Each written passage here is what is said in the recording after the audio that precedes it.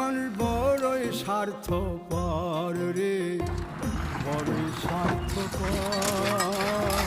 বুকের মাঝে জায়গা দিলে যখন কইরা ভাঙে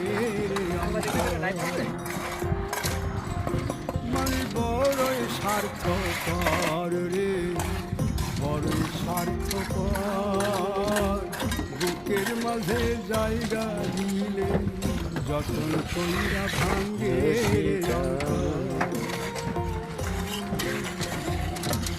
চিনা লাগে জংলা পাখি, যতন কইরা বুকে রাখছি।